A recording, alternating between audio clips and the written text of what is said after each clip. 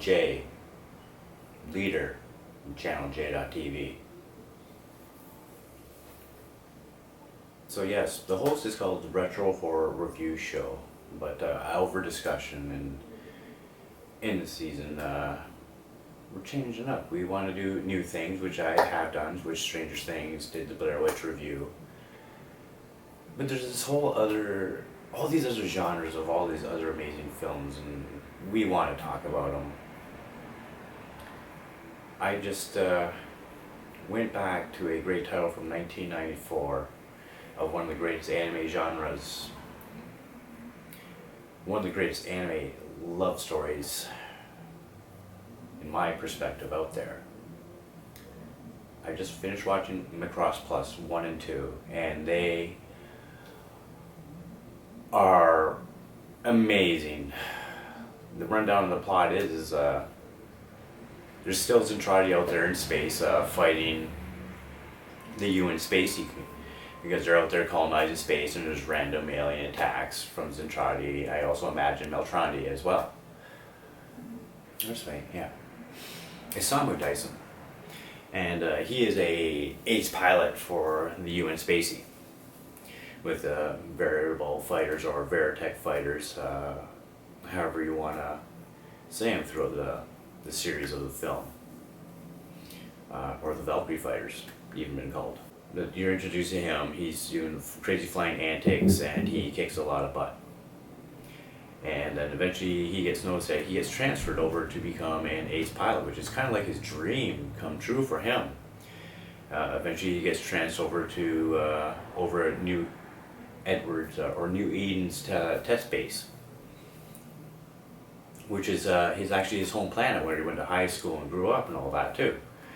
And you know, he's introduced to the program and all that, and then we're introduced to his opponent of the test program, Gold Goa Bowman, who is a half Zentradi pilot, ace pilot too. These guys are both like top of the line aces, amazing pilots, especially in the Macross universe. These guys are like top of the line. So the rivalry is introduced, and the competition ensues where there's two variable fighters being tested, YF-19 and VF-19, or the VF-21, which is actually it's mind linked. It's the one that Gold Goa Bowman uses, and it's actually kind of has a standard looking plane look, and the YF-19 kind of has this kind of like where the wingspan kind of goes up like this. Kind of looks really cool. They both transform really cool. And they all have the three formations. You got the jet, the jaywalker, or the in between, and then you got the awesomeness robot.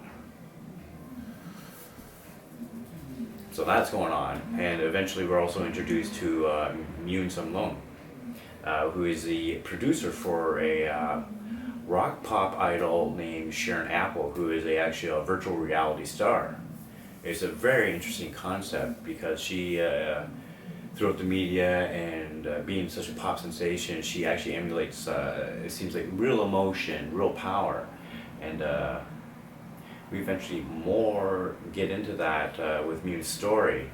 But the great thing is about Moon is that Moon, Goa, Gold Bowman, and Moon, Goa, and Samu, they're all high school friends back from the day, and it was actually a love interest and great friendship and all that stuff. Eventually we discover through the story that it's a very heartbreaking friendship and love between them all. They were so close and so tight, and it was this story about how it's revealed through different manners of interactions of them in the present, how they're interacting, like they're bitter, they're not happy. It seems like they are in denial about something that really bad happened, and it was eventually has revealed something violent did happen. But through the Sharon Apple project, she's an advanced AI, and eventually she gets her hands on, or the the foul moneymaker, bookie, whatever you want to call him, sleazebag promoter, gets his hands on some really high-tech stuff to try to make Sharon Apple, this digital idol virtual reality pop star, a independent thinking thing, and goes through the madness and does that. Meanwhile in the program, Isamu and Gold are really going at it, and they eventually go into physical confrontation where they almost kill each other twice. Actually, Isamu gets the shit out of that stick. It's quite intense about the anger between those two. Eventually, all that stuff ends because once on back on Earth, the UN Space reveals that they reveal a ghost fighter based on the same technology that Sharon Apple just acquired, and it's a unmanned drone, high speed capabilities, advanced targeting, blah blah blah blah blah. Should be like no match for these advanced pilots. And they eventually find out, everybody finds out, and the program gets cancelled, and except for Samo can't, he ain't going out like that, and eventually he wants to go and kick this damn, fighter's ass, show that the human pilots, they can do it, they can take it out. And he goes off to Earth and does the full system with his the YF-19, and the military over on New Eden send Gold Bowman to pursue him with his advanced fighter, and they eventually do. And when they get to Earth in episode 4, this amazing aerial combat battle that just happens where they have to blow through the Earth defense system. And then they just fight. These two ace pilots just going back and forth. Nobody winning the edge until Gold Bowman thinks he kills Isamu.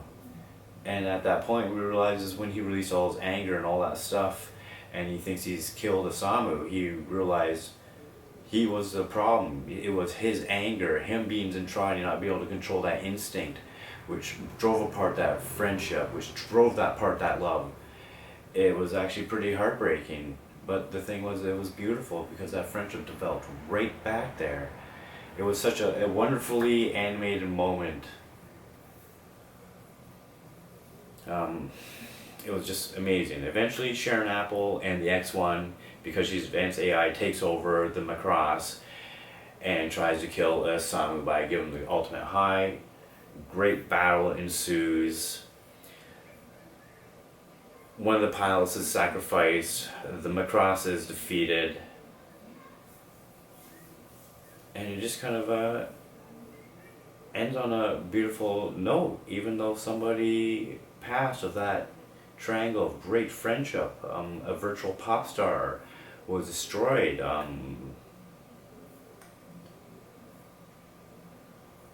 It was just magical. And there's not too many, I don't watch too many horror movies that just seem magical, where you get this goosebumps, you get these great feelings, you want hope, you feel the love of the character, you're just so driven into it. I'm not going to say that Macross will go into my top 10, or Macross Plus, but it is amazing. But enough about the breakdown of the long, big, huge story. What makes Macross great was the amazing anime. They jump right back into the style of the idol popness of the J-pop of the 70s and 80s, and how they showed how it evolved so much further since Minmay from Macross of Do You Remember Love movie, or the original Macross saga. Oh, it's the music. There's music that just makes Macross Plus just so amazing. You got Yoko Kanno was the the producer to put together the soundtrack. The Israeli orchestra did so well, and some of the it was just a mind-blowing soundtrack with some of the classical sounding themes. The Macross anthem, it makes you want to stand up, and it makes you feel like you want to be patriotic. You are one with the UN Spacey. You want to be the pilots that put peace and order in the galaxy and defend us from, alien forces out there. But let's go to the idol pop, Sharon Apple, Yoon Sung Loon. The music of Sharon Apple it's really powerful. Since it came out in 1994, there was this really powerful techno beat, electro dance music, whatever you want to call it nowadays. There's just so many titles for it, and it was just so intense with this beautiful female vocals going on through it, high energy, to slow, beautiful, mellow largos. Oh, and it just makes you feel so good, and it really helps to emulate the feeling of the love and the beauty of Macross. Because do you know what's going on with Macross all the time? There's always some space war going on.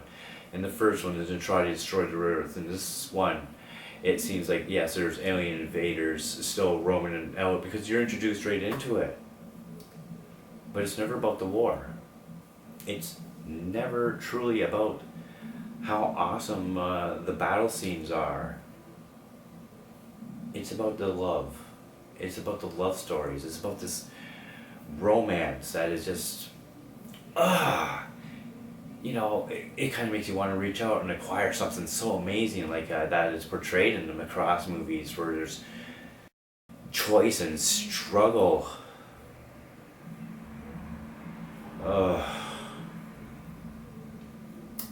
Yeah, this has corrupted me as it turned me into this retarded, hopeless romantic. Unbelievable. But Macross Plus, episode 1, 2, 3, and 4 of the miniseries, fantastic, great flow. Kind of a weak conclusion, but you don't really have to, conclude anything. It's Macross. If you follow Macross universe, you understand it's like, oh, it ended right there, and you know where the world is. It kind of seemed like it was all suddenly just a better place. I'm pretty sure they all got charged and put in jail after, though. Yeah, but Macross, high five.